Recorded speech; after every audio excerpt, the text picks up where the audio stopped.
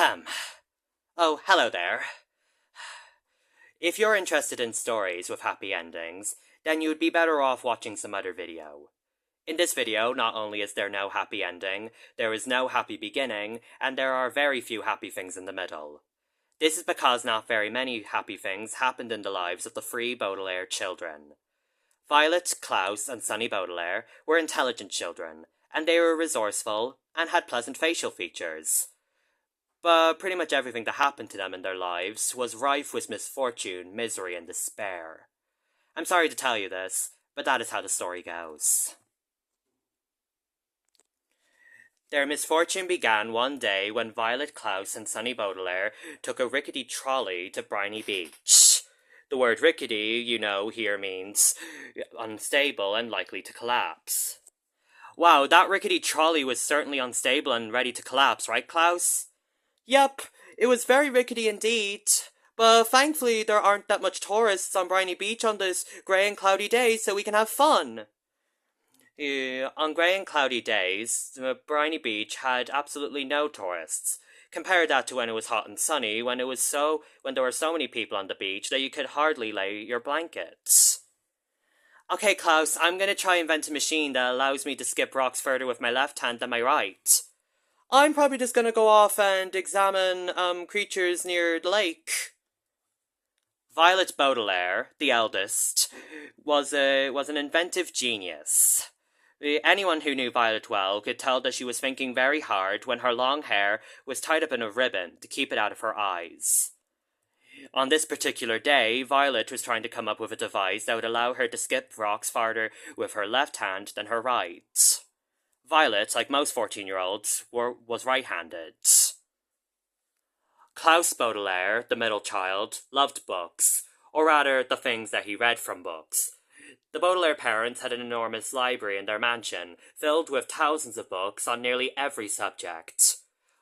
Being 12, Klaus didn't read all of them, but he did retain a lot of knowledge from his books, just like who killed Julius Caesar, or how to tell apart an alligator and a crocodile. Sunny Baudelaire, the youngest, liked to bite things with her 4 very sharp teeth. Sunny spoke in a series of unintelligible shrieks, like most infants do, which means that people had trouble understanding what Sunny was saying. For example, "Gak!"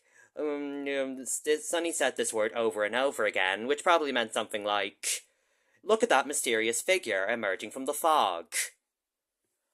Klaus, there's a figure emerging from the fog. What? Let's just hope it isn't anyone scary. I'm hoping that it isn't anyone who's trying to rob us.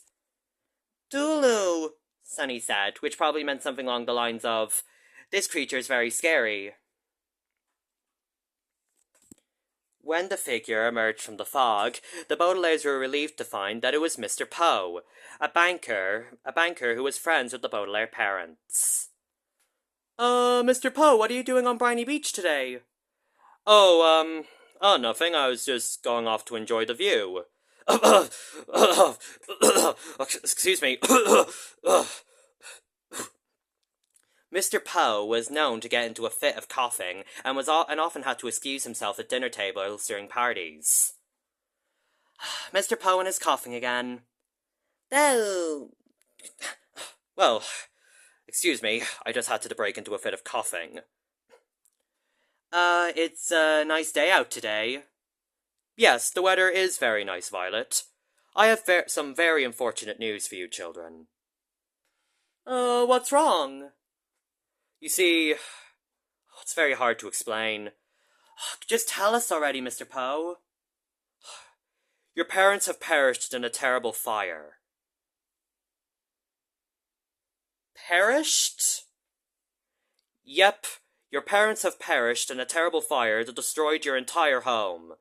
Everything is gone, children. All of your belongings. Everything. Perished means killed, by the way. We know what the word perished means. You're very intelligent, aren't you? Well, your parents have died, and now I'm in charge of your affairs and the Baudelaire fortune. The Baudelaire fortune will not be used until Violet comes of age. In the meantime, I'll have to place you in the care of a distant relative. Come along, children.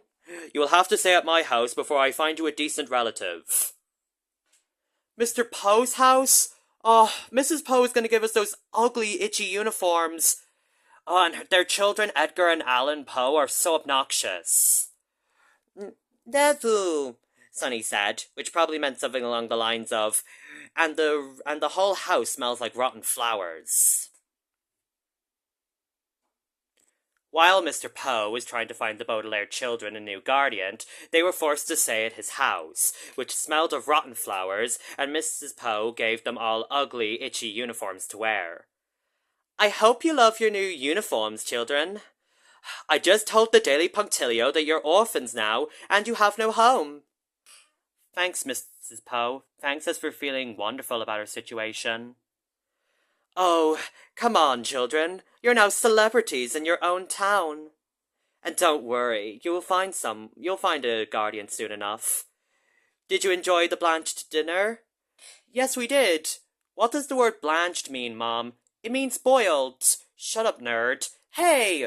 Okay, children, no need to be aggressive towards the Baudelaires. They are orphans, after all. Sleep tight. The Baudelaire children were upset, obviously. They lost their parents and their entire home. They were now forced to live with the Poes, and they feared of what their new guardian could be like. I'm sorry to inform you, viewers, that their new guardian was very, very bad.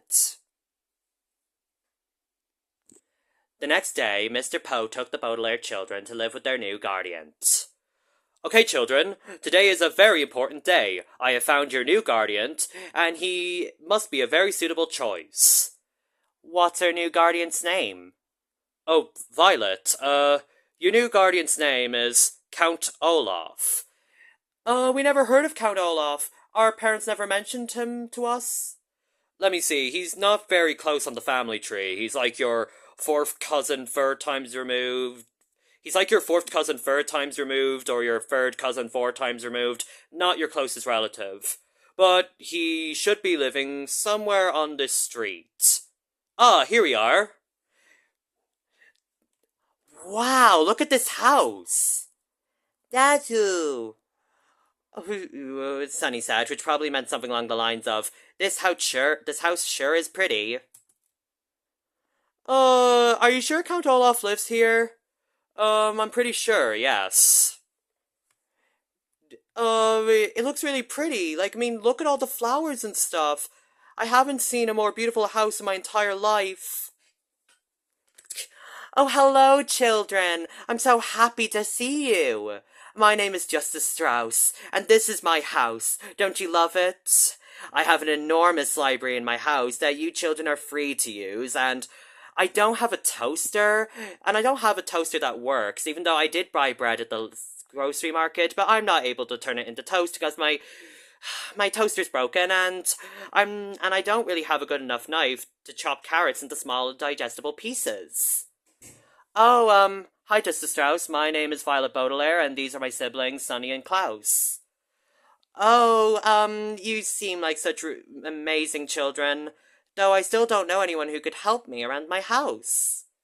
Yeah, I don't mind I wouldn't mind fixing your toaster for you, Justice Strauss. I'm very good at mechanical, things. You're a great inventor? And I'm really interested in your library. I wonder what kind of books you have. And what about you? Abby.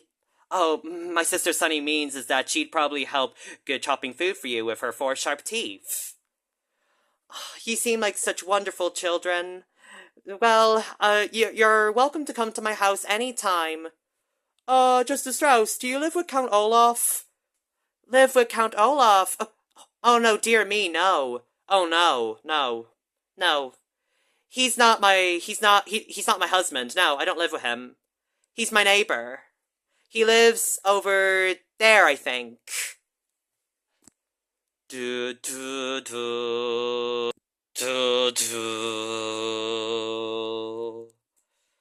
Is this really where we're living?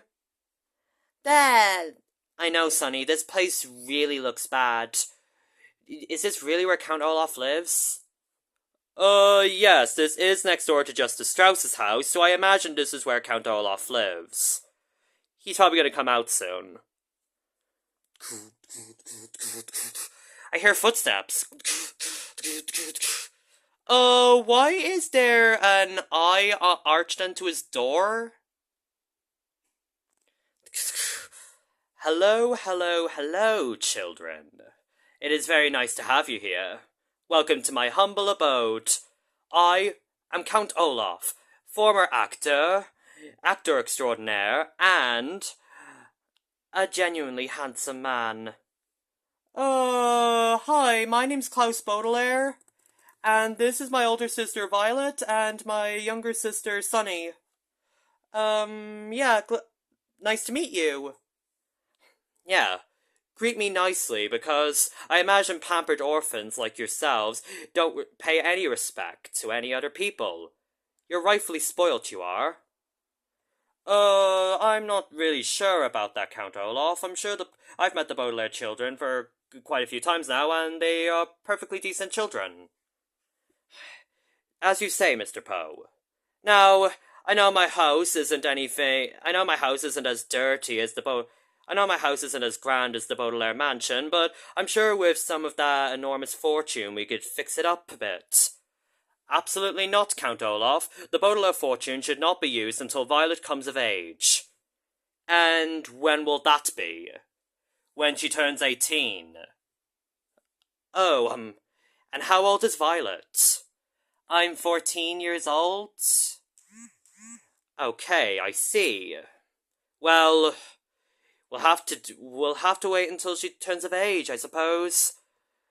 But don't worry, children. You will come very accustomed to my new home. Me? I know, Sonny, I do feel a bit scared myself. Well, there's nothing else better to say than I'm your new guardian, and thank you, Mr. Poe, for dropping the children off. Oh, no worries. Children, I'll be down at Mortuary Money Management whenever you need me. Bye. Bye, Mr. Poe. Well, let's get you accustomed to your new home, shall we, children? Violet? What is it, Klaus? Am I seeing a tattoo on his right ankle? Why is there a tattoo of an eye? This, children, is your room. But you've only provided us with one bed. So, I couldn't really afford another bed. But with your enormous fortune, then you can go out into the town and buy another one. Mr. Poe already told you we're not supposed to use the Baudelaire fortune until Violet is of age. Shut up and get into your room. You should be grateful that I even gave you one. Now, there's a pile of rocks in the corner there that you can play with, and there are a couple of ground rules in my house. No going into the tower room, it is forbidden, and I have prepared you a long list of chores that you must do immediately whenever I say so. Of course, Count Olaf. I don't know what the baby said. I don't speak monkey. Well, I have a gift. I have a list of chores for you, like chopping the wood, preparing my bed sheet, washing my clothes, and after that, combing my hair. You gotta be kidding me. Shut up or I'll break your glasses. Okay. See you later, orphans. This is horrible! He only gave us one bed, and he expects us to like it? I know, Klaus, this does seem pretty bad, but there's nothing we can do. This is our only guardian we have now. I wish he wasn't our guardian. Then. I know, Sonny. This room is very dirty, and only giving us a pile of rocks to play with? This is terrible. Yeah, it is. Orphans, ready to do the chores. Chop the wood and clean my bed sheets. Already? Don't mess with me. Yeah. Oh. This is hard, Violet. We have to leave this house. I know, Klaus, but we have no other option. Ugh. Maybe if we just do the chores and just try make Count Olaf happy, then we might be able to leave. No. Sunny said this, which probably meant something along the lines of, even if we did perform our chores properly, Count Olaf probably wouldn't let us go. Oh, I really miss our parents, our beautiful mansion, and now we're stuck to live here in this horrible cesspool. I know, Klaus, but try to look on the bright side. Maybe things might get better eventually. Hopefully. Orphans? What is it, Count Olaf? My theatre troupe is coming over to lunch, and I want you to make an entire meal just for us. But we don't know how to cook. I don't care. Go out into town and, I don't know, get a recipe for some dinner or something. And make it quick. But, like, where are we gonna buy a recipe? We could go into town. Or we could go to visit Justice Strauss. Remember when she said that we could come to her house whenever we wanted? No. Yes, Sonny, that does sound like a pretty good idea. Hey, Klaus, remember that time when I tried to make toast for our parents' wedding anniversary and then it ended up exploding in the toaster? Oh yeah, I remember that, Violet. That's like the only thing we can ever cook. How are we gonna find like a delicious meal? Oh, hello, children. You're back again already.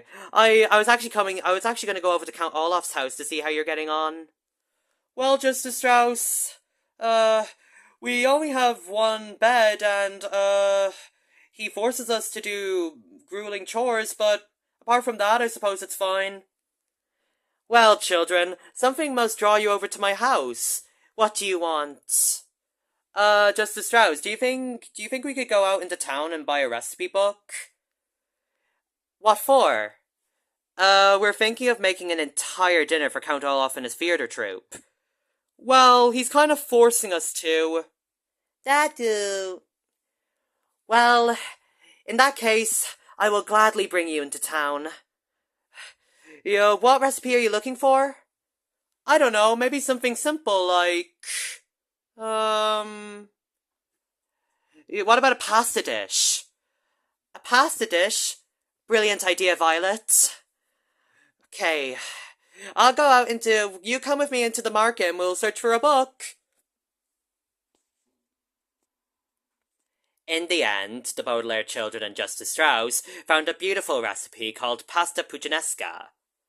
Well, you have all the anchovies and the herbs and all of your onions and stuff, and you have the pasta bake and everything. You'll be able to make a delicious pasta puttanesca for Count Olaf and his theatre troupe. I hope you have fun, children, and I really hope you do become accustomed to your new home. Thanks, Justice Strauss. Come to my house whenever you can. Well, I suppose we'll have to make the food. Yep. Orphans, prepare the dinner! Well, by the looks of it, he was expecting us.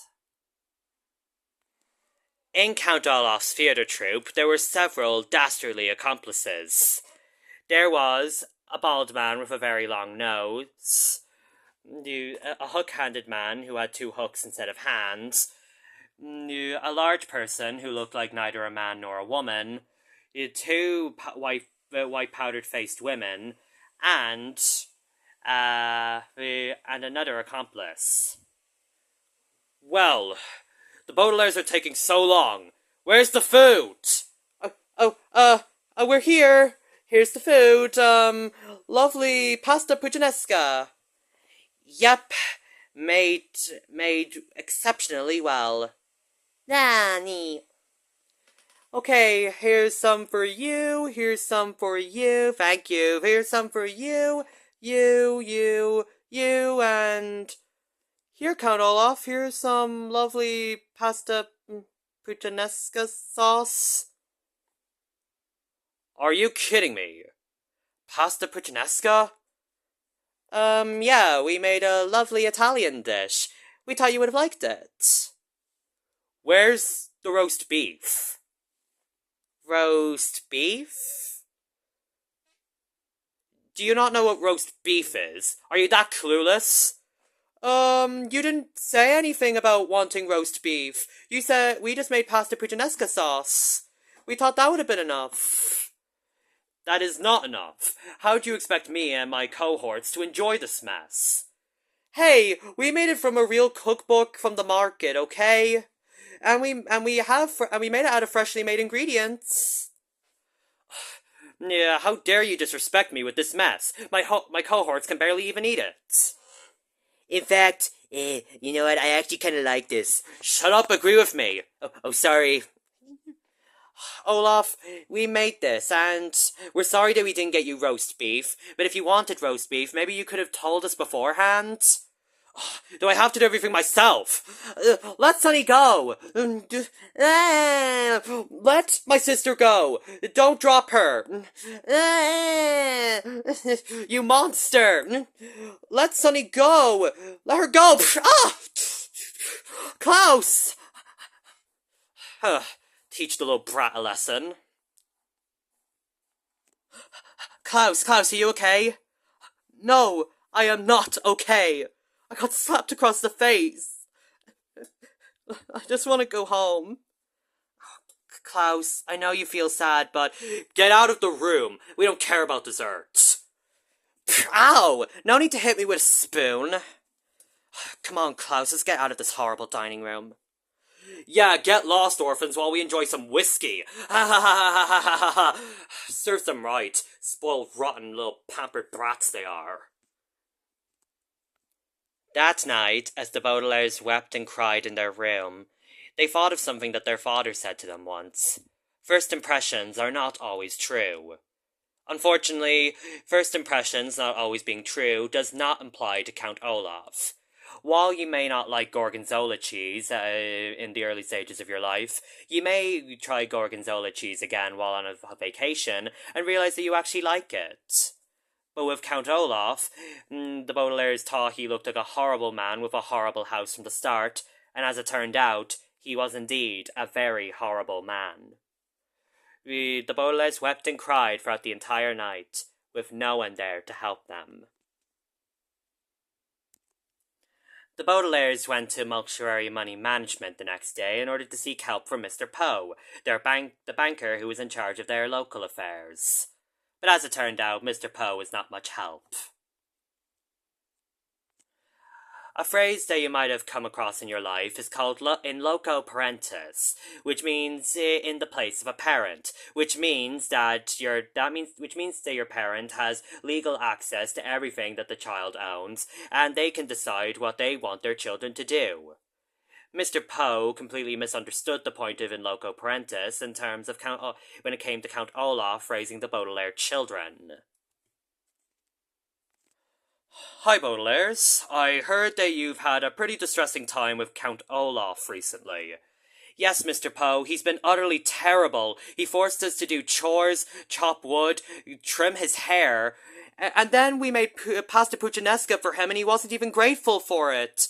He struck Klaus across the face, and he forces us to sleep in a room with only one bed.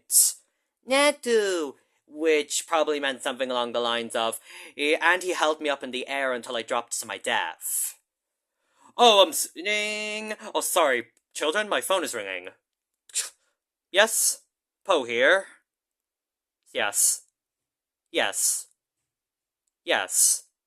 Absolutely not. Yes. Thank you. Okay, where were we? Count Olaf struck Klaus across the face, he forced you to do chores, and he gave you only one bed. Yes, Mr. Poe, we cannot live here any longer. He has terrible accomplices who laughed when I got struck in the face.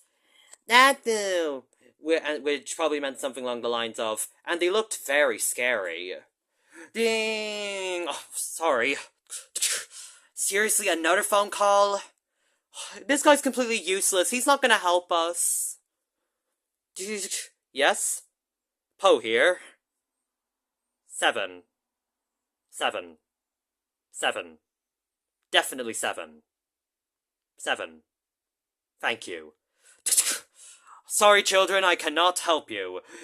Count Olaf is acting in loco parentis, which here means we know what in loco parentis means. It's his responsibility to look after you children, and anything that he makes you children do is acting in loco parentis.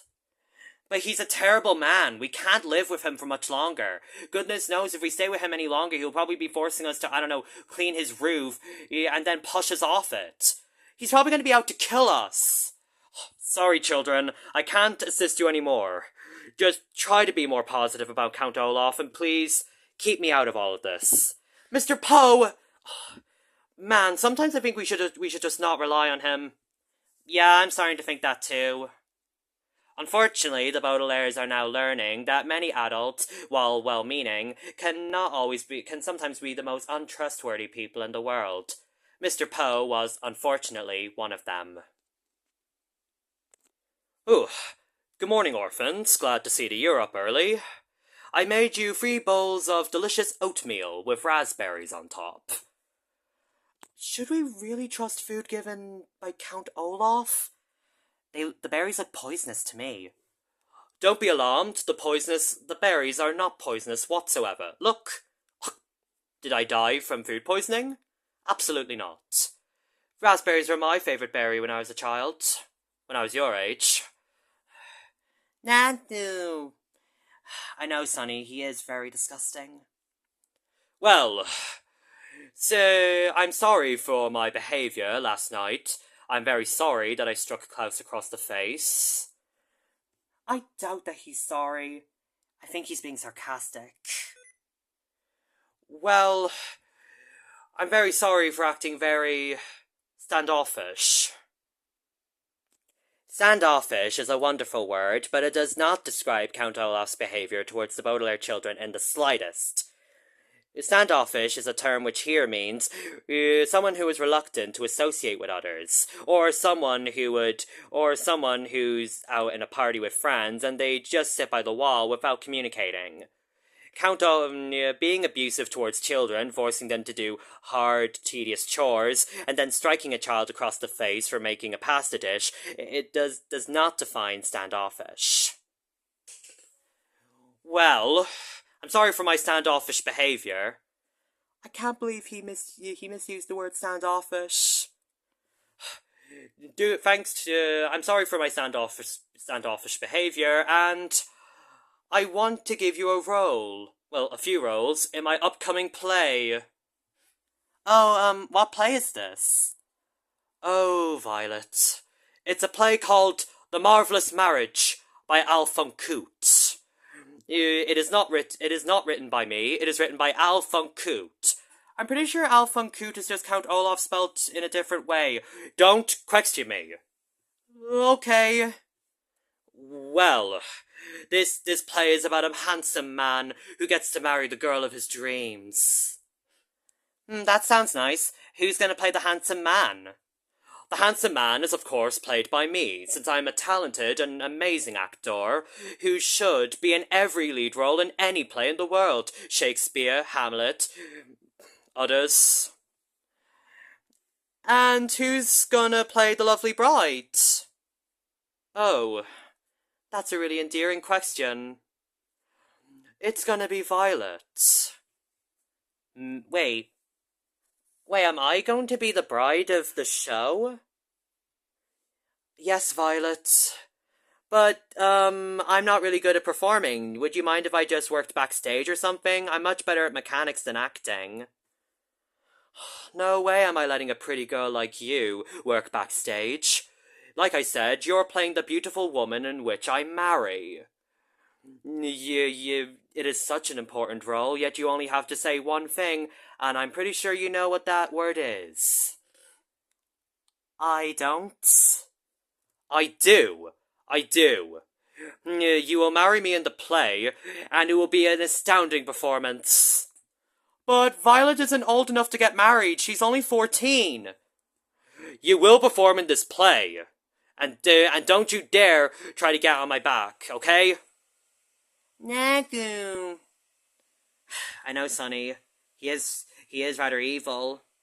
He's very evil, Violet. Yeah, the play will happen this Friday night, and I expect you to be there. Wait, Count Olaf is proposing a show in which he gets married to you, Violet. But isn't that suspicious? Why is he trying to marry me? This is weird. He's probably trying to gain control of that enormous fortune that our parents left behind. Aha! I know, Sunny. Aha, indeed. But we have to stop him. We can't let him get our fortune, and we can't let him marry an underage girl. How about we go off to Justice Strauss and try to read a book about marriage law? Well, if she does own a library, then there must be a book on that topic. The Baudelaires were indeed frightened that Count Olaf was even proposing to get married to Violet and steal the Baudelaire fortune, but they had to find evidence of it, of course. Justice Strauss? Oh, hi, Baudelaires, back again. What do you want? Justice Strauss, do you mind if we borrow a book from your library? Absolutely. What book do you want?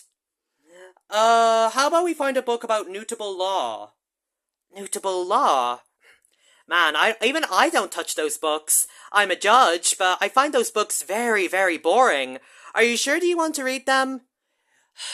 This is an emergency. We have to read it, or otherwise I'm gonna get married to Count Olaf and the play will be marvellous indeed, Justice Strauss. Oh, Count Olaf, it's not like you to come to my house like this. Well, Justice Strauss, I have a wonderful announcement for you. I need a judge to star in the show, and I don't know any other judge apart from you. Oh, don't be so flattering, but I would love to take part in your show. Justice Strauss, you have to listen to us. The play is an attempt to steal our fortune and get me married to Count Olaf. Come on, Violet. Count Olaf is just trying to introduce you guys to his life. He's trying to welcome you into his family. Yeah, I don't see what's so welcoming about striking me across the face and then trying to get my older sister married when she's underage, but whatever. Well, Justice Strauss, you'll make a wonderful judge for the show, and Violet over there will be a beautiful bride. Of course the show's fake, it's not real. Is it, though? Oh, Baudelaires, I can't believe that you're acting in the theatre. I always wanted to act in the theatre ever since I was a little kid. I hope you enjoy the show. Come on, children. Come back to my home. No more wasting time in Justice Strauss's house. Oh. Klaus, what are you doing? I'm taking the book on notable law. Okay, Klaus, good idea. Get into your rooms. Well, why do you even need to push us that aggressively? You're about to expose the truth of my play to Justice Strauss. If you say another word about my play, I will shove you into the orphanage, okay? Okay. And don't worry, my hook-handed associate will keep an eye on you in case any of you try to run out of the house before tonight's performance. Wait. Today's Friday? Yep, Klaus. Wait, no, today's actually Thursday. That means that the play's tomorrow. Oh, Klaus, you have to read up quickly, otherwise I'm gonna get married to this horrible man, and he's probably gonna kill you, Klaus, and Sunny. We can't let that happen. But thankfully, I brought this book home. Good job, Klaus. Get reading. While Klaus normally liked to read, this book that he was reading on notable law was very, very long. He read all night. He felt like he was reading the same sentence over and over again. Oh, I feel like I'm reading the same sentence over and over again. But he knew that he had to keep reading if he were to save his siblings and himself from Count Olaf. Oh, let's see. I have it!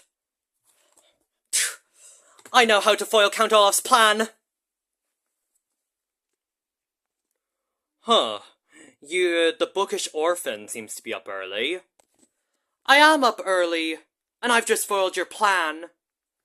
You foiled my plan. Are you pulling on my leg right now? I am not pulling on your leg. In this book I read about mutable law. Where did you get that book from? I got it from your neighbor's house. It says here that, let me see. It says that the bride has to sign a document with her own left hand, has to write in her own hand, and that both people have to come to agreement on whether they want to get married.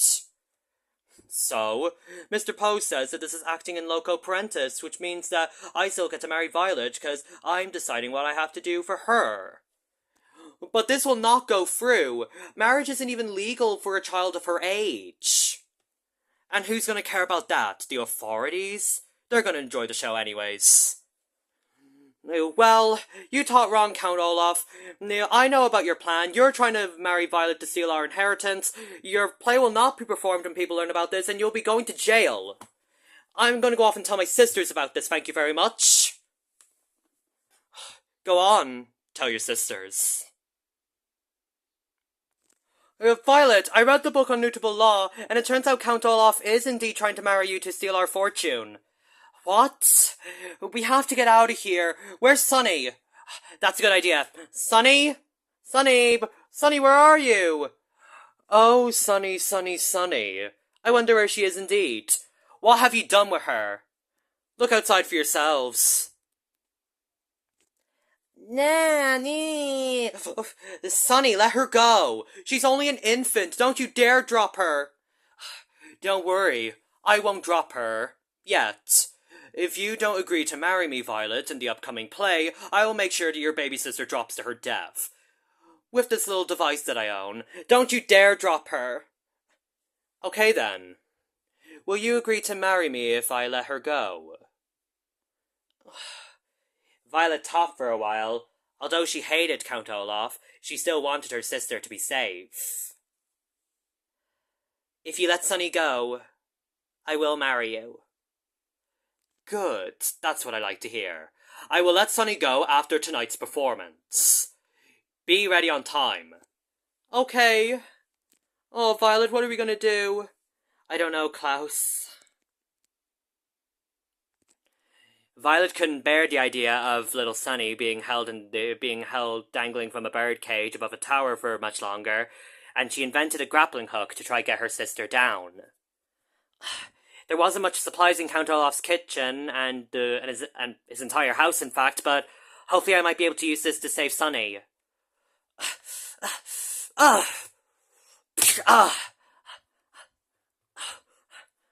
It didn't work. Let me try again.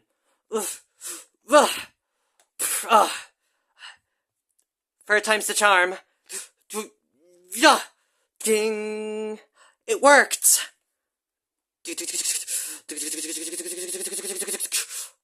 Sunny, I'm so glad you're here.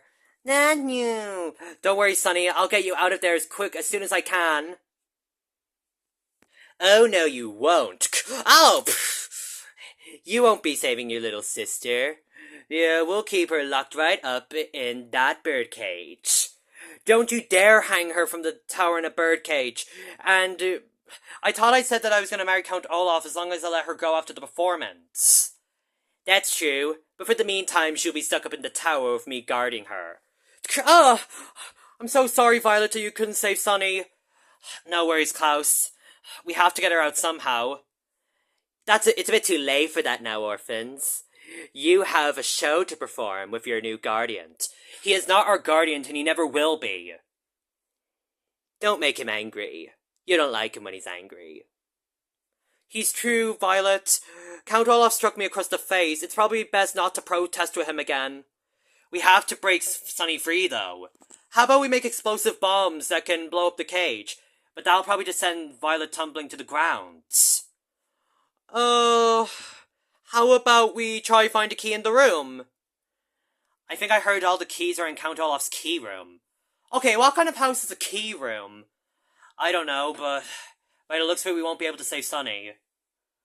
Yeah. Time for the show, orphans.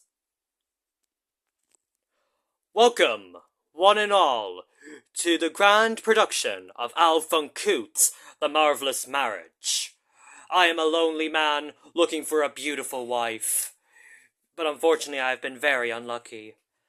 Klaus, I don't know what we're gonna do. Violet, we'll just have to find a way to get out of this somehow. But Sunny's locked up in a bird cage, and now I'm forced to marry this horrible man. Hi, Baudelaires. I'm so excited for the performance, aren't you? Where's Sunny? She's just sleeping in her bedroom. She's ill. Okay, no worries. You two look so beautiful. Violet, you look wonderful as a bride. Justice Strauss, you don't understand. This play is a Justice Strauss, come up here on stage at once. Sorry, Baudelaires. Oh, but Justice Strauss won't listen to us either. But she's still kind. She's just being manipulated by Count Olaf since she's too starstruck. Yep, by the looks of it, that's the truth. Break a leg, Baudelaires. This is your first theatrical performance with Count Olaf. You should be very lucky. I wish we could literally break a leg so we can get out of this performance. Well, I hope you do well on stage. Wait until the Daily Punctilio hears about how well you children are. The second act now. Come on, Klaus, you have to go up on stage. I know.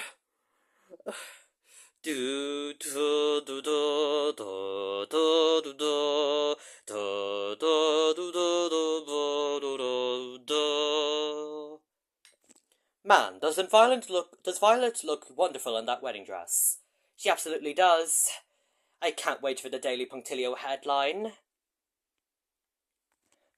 Oh my goodness, the beautiful Count is finally marrying the girl of his dreams. It's an absolutely amazing performance. Okay.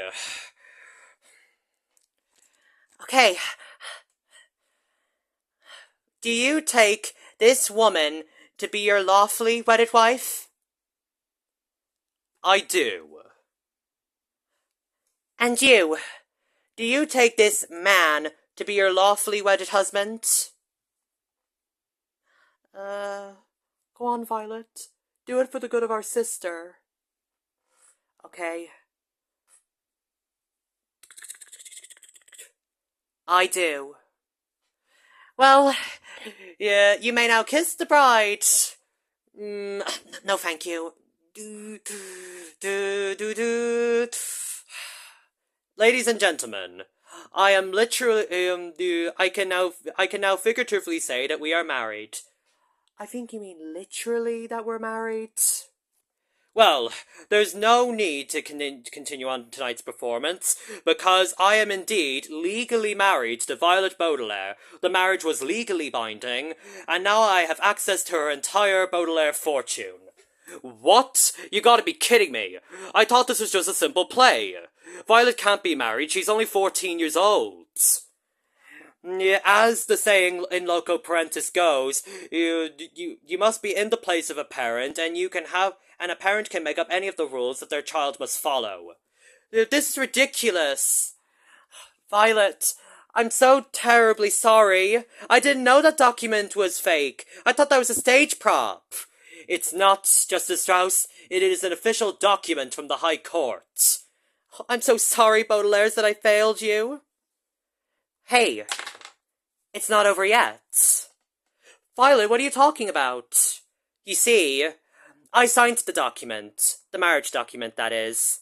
But as it turns out, I signed it with my left hand instead of my right. What's that got to do with anything? Actually, Count Olaf, like I said with my reading of Newtable Law, if the wife signs the marriage document with her own hand, the wedding is valid. But Violet is right-handed, and she used her left, which means that the marriage is invalid. That must mean, Violet, you are no longer married to Count Olaf. I'm so proud of you, dear. Thanks, Justice Strauss. Hey, Justice Strauss, do you mind if we go live with you? I'd love that prospect, Baudelaires. Ugh, I am figuratively mad. Do you mean that you're literally mad? This isn't the end of this, Baudelaires. You may have gotten away from me, and I may not be married to Violet, but you are still my children. You are still my adopted children, and that's that. Absolutely no way. After tonight's performance of you trying to marry Violet, I am permanently taking them away from your care. Yes, Mr. Poe, take us away from this horrible man. Well, you'll have to catch me first. No! Where did he go? He ran away. Don't worry about that, Baudelaires. Count Olaf got away, but you can come live with me. I suppose that's true, Justice Strauss. Bad baby, bad baby. Sonny, you're safe. Nah. I was forced to get the baby out of its cage because it tricked me in a game of poker. Okay. Children, I'm so sorry about what happened. Would you like to come live with me in my house? I'm sorry, Justice Strauss, but the Baudelaire will is very specific. They have to be sent to their closest living relative, and I'm sorry to inform you, Baudelaires, but Justice Strauss is not a relative of yours. Children, I'm very sorry I cannot adopt you. Thanks, Justice Strauss. You really were helpful in helping us make pasta puttanesca for Count Olaf. And I'm happy that you allowed me to read a book on notable law and save us. Why did Sunny bit me?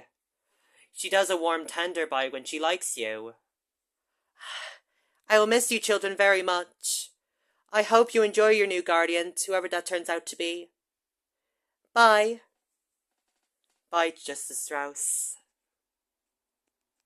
The Baudelaires were safe from Count Olaf, but they still felt his presence looming from everywhere they went. Mr. Poe, I'm very sorry we couldn't live with Justice Strauss. I'm very sorry that you can't either, children. I'm very sorry that your parents' will is very specific. But by any chance, you may enjoy your new guardian. His name is Dr. Montgomery.